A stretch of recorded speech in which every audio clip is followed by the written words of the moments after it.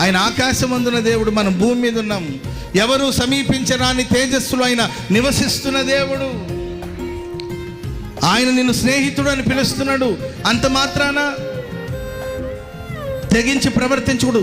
వినయముగా వినయముగా వినయముగా వినయముగా ప్రభు సన్నిధిలో ప్రార్థన చేయాలి. కనాను స్త్రీ గురించి మనం చూస్తాం. ఆమె యేసు ప్రభుని వెంబడిస్తూ ఉందండి.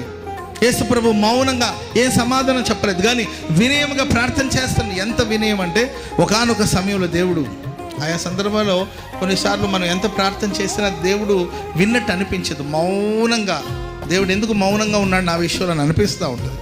కానీ ఆయన మౌనం వేడుతాడు. అప్పటి వరకు వినయంగానే వేడుకుంటూ ఉంటాడు. హల్లెలూయా. ఇప్పటి వరకు చెప్పాను, ఇప్పటి వరకు ఒకలాగా చెప్పాను, ఇక మీద ఇంకొకలాగా చెప్తానని కాదు. ఇప్పటి వరకు ఒకలాగా ప్రార్థన చేశాను, ఇక మీదట నా ప్రార్థన వేరుగా ఉంటుంది. ప్రభువా తేల్చేసుకుందాం, ఇట్లా కాదు. దేవునితో కాదు యుద్ధాలు